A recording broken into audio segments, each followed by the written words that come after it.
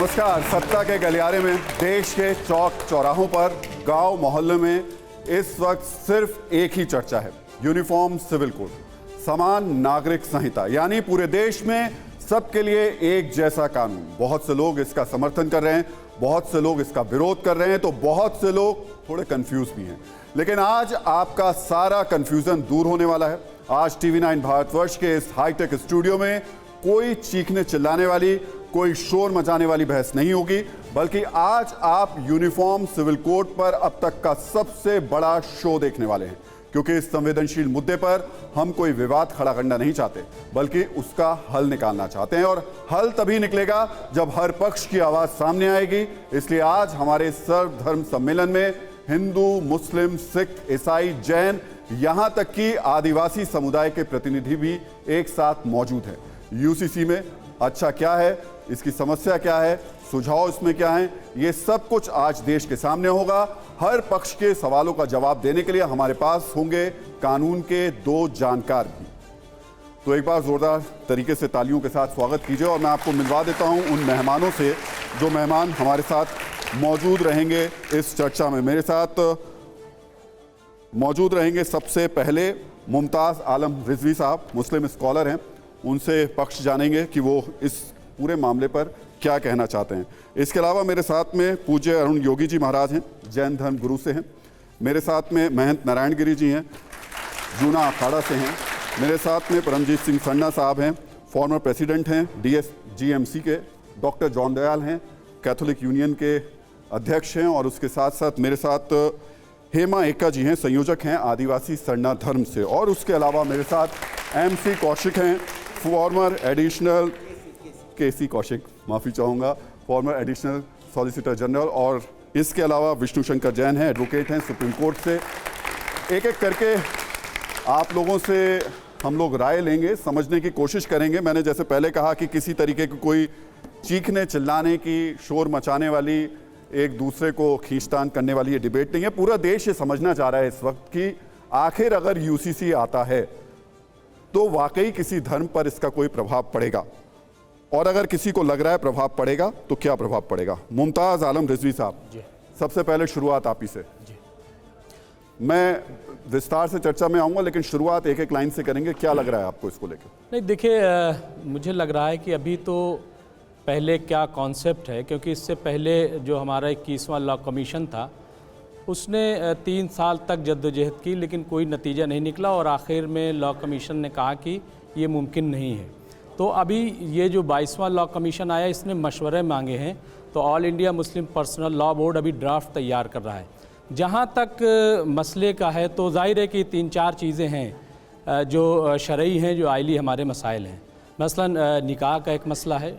मैं इस पर पूरे विस्तार के साथ आऊँगा, लेकिन अभी जो सुनने में मिल रहा है आपको UCC को लेकर के, उसे सुनकर आपका जवाब UCC के पक्ष में हाँ में है या फिर ना में?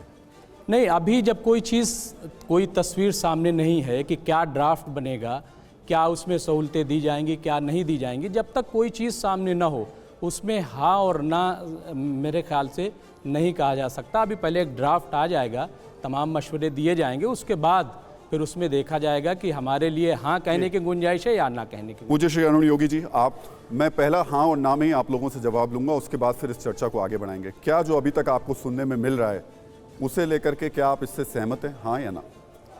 हमारे पूज्य गुरुदेव आचार्य श्री रूपचंद जी महाराज जी के प्रतिनिधि के रूप में मैं यहाँ पर आया हूँ, और देश की एकता, अखंडता और सुरक्षा के लिए हम हाँ में ही जवाब देंगे, और होना भी चाहिए, और समय आ गया है बदलाव करने का। महंत नारायण गिरी जी, आपका जवाब।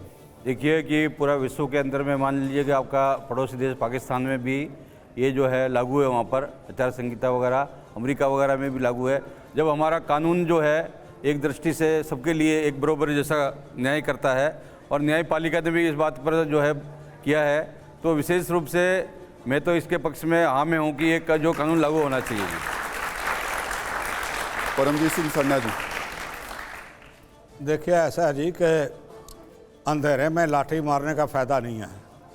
हमें यही मालूम नहीं है कि ये यूनिवर्सल कॉमन कोड बिल क्या है, क्या नहीं है।